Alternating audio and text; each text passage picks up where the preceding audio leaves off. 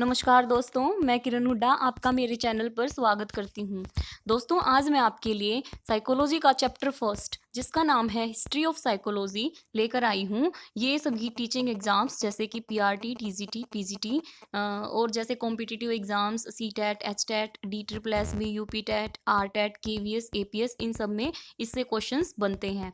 तो अगर आप बेसिक लेवल से अपनी तैयारी को शुरू करना चाहते हैं साइकोलॉजी की तैयारी तो आप मेरे चैनल को फॉलो कर सकते हैं।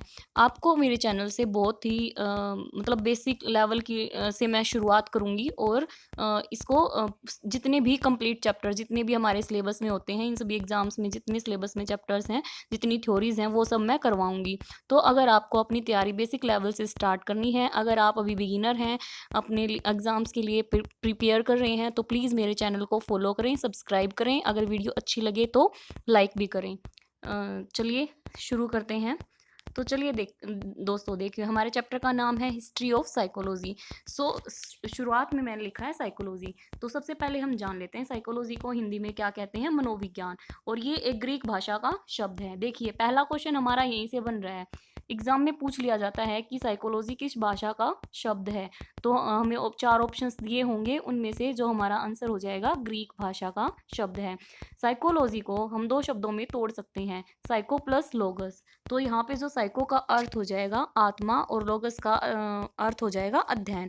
तो हम इसको बोल सकते हैं कि साइकोलॉजी क्या है, आत्मा का अध्ययन है। और we can say that study of soul. तो जो साइकोलॉजी के जनक हैं, साइकोलॉजी का जो जनक है वो फिलोसफी है, दर्शन शास्त्र है। मीन्स जो साइकोलॉजी है पहले वो एक अलग से सब्जेक्ट नहीं होता था, इसको दर्शन शास्त्र या फिलोसफी से बाद में अलग किया गया था। तो जो मनोविज्ञान शब्द है उसका सबसे पहले प्रयोग किसने किया था, तो उसका सबसे पहले प्रयोग रुडोल्फ गोल्काई ने 1590 में किया था। तो देखिए यहाँ से 3-4 क्वेश्चंस आपके बन चुके हैं। तो हम अगर आपसे पूछ लिया जाए स्टडी ऑफ सोल किसे कहा जाता है, तो साइकोलॉजी को कहा जाता है। और साइकोलॉजी किस भाषा का शब्द है, वो ग्रीक भाषा का शब्द है। और ये इसको किस सब्जेक्ट से अलग किया गया है, इसको फिलोसफी दर्शन शास्त्र से अलग किया गया है। और इसका सबसे पहले प्रयोग किसने किया था, रुडोल्फ गोल्काई ने किया था। और कब किया था, 1590 में। और इन्होंने रुडोल्फ गोल्काई ने मनोवैज्ञानिक शब्द का, साइकोलॉजी शब्द का सबसे पहले प्रयोग किया था। उनकी एक बुक थी साइकोलॉजिया, उसमें। अब देखिए दोस्तों, आगे चैप्टर में आगे बढ़ने से पहले मैं आपको एक लाइन बताना चाहूँगी जो कि मैंने यहाँ पे नीचे लिखी हुई है।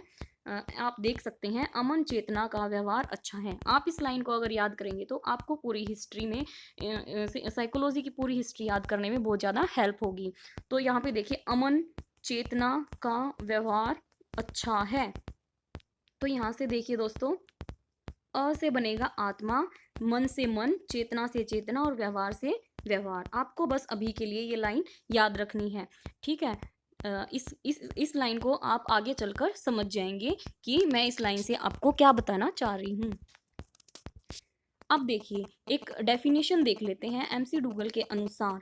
जो मनोविज्ञान की डेफिनेशन है वो क्या है। मनोविज्ञान एक विज्ञान है जिसका उद्देश्य सभी प्रकार से किसी प्राणी के व्यवहार का नियंत्रण करने और उसे अच्छी तरह से समझने में सहायता प्रदान करना है।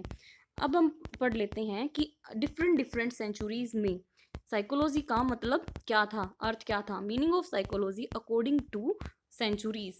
सबसे पहले 16वीं शताब्दी के अनुसार जो साइकोलॉजी थी उसको कहा जाता था स्टडी ऑफ सोल। क्या बोला जाता था, स्टडी ऑफ सोल। तो अब देखिए, इसको हम बोल सकते हैं ना आत्मा का अध्ययन। तो मैंने सबसे पहले आपको बताया था अमन। अमन, तो अमन में जो ए है वो किसके लिए है, 16वीं शताब्दी के लिए। किसके लिए है, 16वीं शताब्दी के लिए। तो अब इसमें हम देख सकते हैं कि 16वीं शताब्दी के अनुसार जो हमारी साइकोलॉजी थी उसका अर्थ क्या था, स्टडी ऑफ सोल। इसमें जो फिलोसफर और वी कैन से दैट जो साइकोलॉजिस्ट थे वो कौन कौन थे, प्लेटो, एरिस्टोटल और डेकार्टे। उन्होंने इसका समर्थन किया था कि साइकोलॉजी क्या है, स्टडी ऑफ सोल है। अब इससे मनोवैज्ञानिक थे वो संतुष्ट नहीं हुए। क्यों नहीं हुए, क्योंकि आत्मा क्या है, सोल क्या है, एक अमूर्त वस्तु है, मीन्स एब्स्ट्रैक्ट थिंग है जिसे हम ना तो देख सकते हैं, ना सुन सकते हैं, ना हम इसका कोई भी स्टडी कर सकते हैं। तो इसलिए ये जो स्टडी ऑफ सोल जो इसका मतलब था वो क्या हो गया था, फेल हो गया था। इसलिए इसको क्या कर दिया गया था, डिस्कार्ड कर दिया गया था इस थ्योरी को। नेक्स्ट है 17 सेंचुरी में। 17 सेंचुरी में क्या बोला जाता था साइकोलॉजी को? Study of mind. क्या बोला जाता था? Study of mind. Study of mind. अब मैं आपको बता देती हूँ, जो मैंने आपको अमन नाम बताया था उसमें से हम ए कर चुके हैं, अब हमारा मन।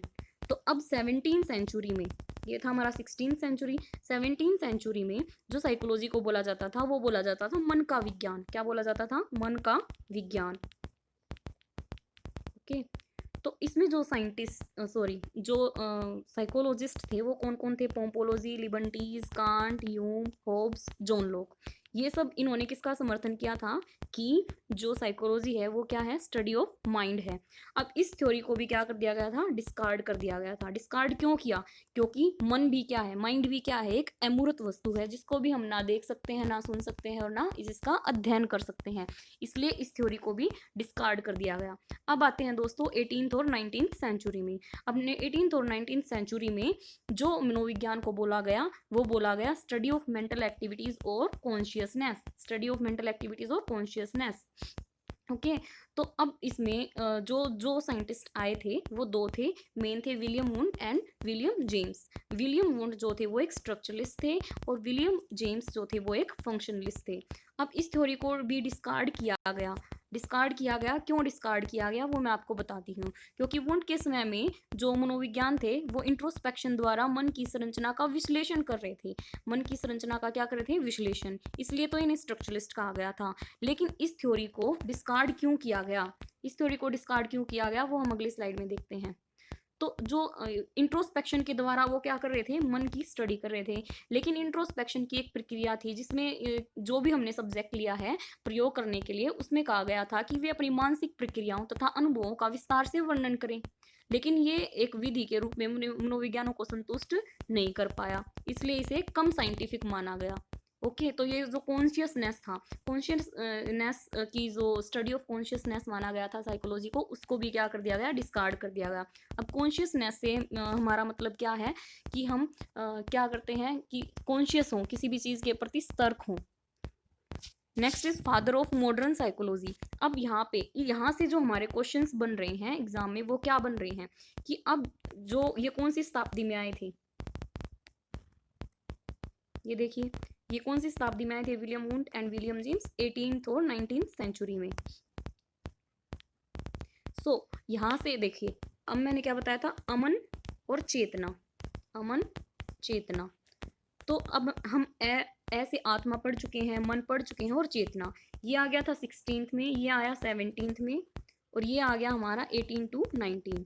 तो अब आपसे कोई पूछे कि 16th सेंचुरी में साइकोलॉजी को क्या माना जाता था, तो हम बता सकते हैं आत्मा का अध्ययन माना जाता था और 17th में मन का अध्ययन। अब 18th और 19th सेंचुरी में क्या माना गया? चेतना का अध्ययन, या और हम कह सकते हैं कॉन्शियसनेस की स्टडी, स्टडी ऑफ कॉन्शियसनेस और मेंटल एक्टिविटीज। अब यहाँ से जो क्वेश्चन बन रहे हैं, विलियम जेम्स को और क्या बोला जाता था? Father of modern psychology. और जो विलियम वुंड थे उन्होंने क्या किया था? 1879 में लिप्जिंग जर्मनी में लिप्जिंग में सबसे पहले मनोविज्ञान की लैब लगाई थी, प्रयोगशाला स्थापित की थी। तो अब देखिए दोस्तों, यहाँ से क्वेश्चन जरूर पूछा जाता है। ओके, ये जो फादर ऑफ मॉडर्न साइकोलॉजी कौन है? विलियम वुंड ने सबसे पहले कहाँ पे लैब लगाई थी या किस ईयर में लगाई थी? ओके, तो यहाँ से ये क्वेश्चन बनता है और पूछ सकते हैं कि इन्होंने 18th और 19th सेंचुरी में साइकोलॉजी को क्या बोला था? तो इन्होंने क्या बोला था? स्टडी ऑफ मेंटल एक्टिविटीज और कॉन्शियसनेस या चेतना का अध्ययन। इससे पहले अगर दोस्तों आपने मेरे चैनल को सब्सक्राइब नहीं किया है तो प्लीज़ मेरे चैनल को सब्सक्राइब करें। तभी समझ में आ रहा है, मैं आपको मेरे अंदर जितनी नॉलेज है मैं उसको आप तक पूरी पहुंचाने की कोशिश करूंगी। अगर आपको वीडियो पसंद आई हो तो प्लीज़ लाइक करें, शेयर करें अपने दोस्तों के साथ। आई थिंक ये आपको हेल्प करेगा। नेक्स्ट इज 1910 के आसपास। फिर देखो, अमन को भी डिस्कार्ड कर दिया, चेतना का को भी डिस्कार्ड कर दिया, मीन्स आत्मा, मन और चेतना, इन सबको क्या कर दिया? डिस्कार्ड कर दिया। अब क्या आया? अब आया अमन चेतना का व्यवहार। अब आया व्यवहार। क्या आया? व्यवहार, बिहेवियर। अब आएगा बिहेवियर। अब आया बिहेवियर।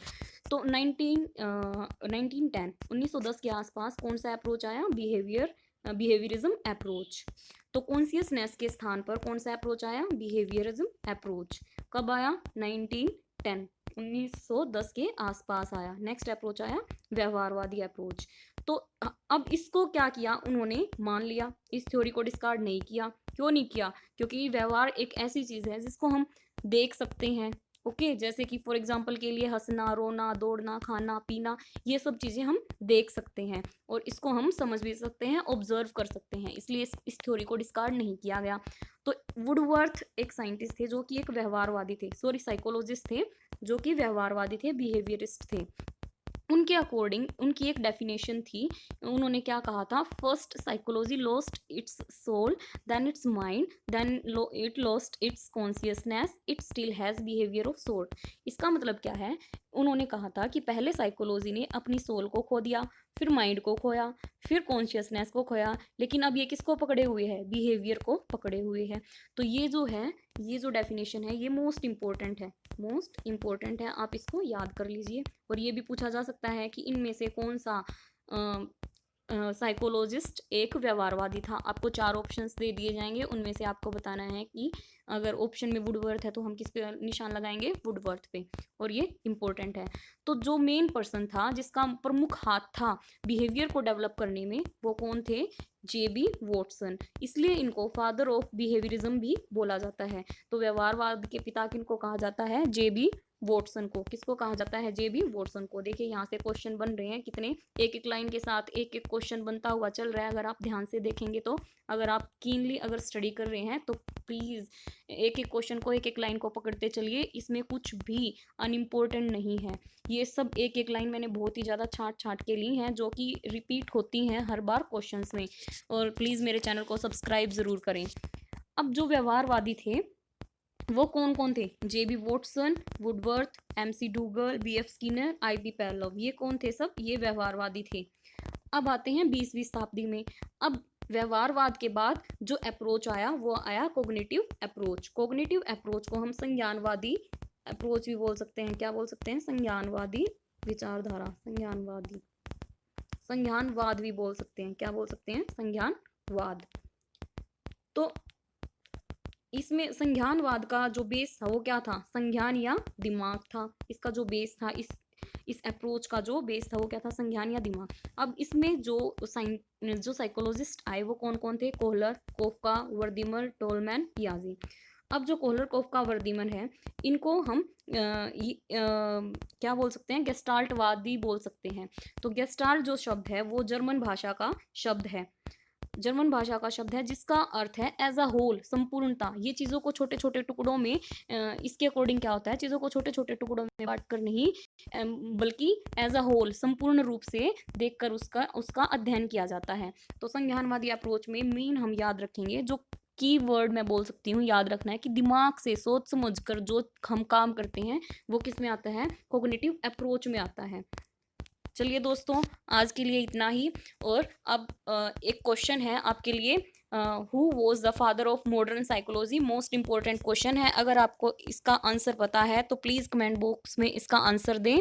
और इसके ऑप्शंस हैं विलियम जेम्स, विलियम वुंड, जेबी वॉटसन या थॉर्नडाइक। अब यहाँ से एक क्वेश्चन और बनता है, अगर आपको पता है तो उसका आंसर भी कमेंट बॉक्स में लिखें, और उससे रिलेटेड आपको जितनी भी जानकारी है उसको कंप्लीट लिखें। क्योंकि अगर आप लिखेंगे तो आपको क्या होगा? वो चीज़ें याद रह जाएंगी लॉन्ग टाइम के लिए। तो इसके साथ ही जो क्वेश्चन बनता है वो है, who was the father of educational psychology? Father of modern psychology कौन था, और फादर ऑफ एजुकेशनल साइकोलॉजी? तो दोनों में डिफरेंस है। तो इसमें इन ऑप्शंस में दोनों के आंसर हैं। अगर आपको दोनों के आंसर्स पता हैं तो कमेंट बॉक्स में लिखें, और डिटेल में लिखें अगर आपको उसके बारे में पता है तो। थैंक यू दोस्तों, thank you for watching my video.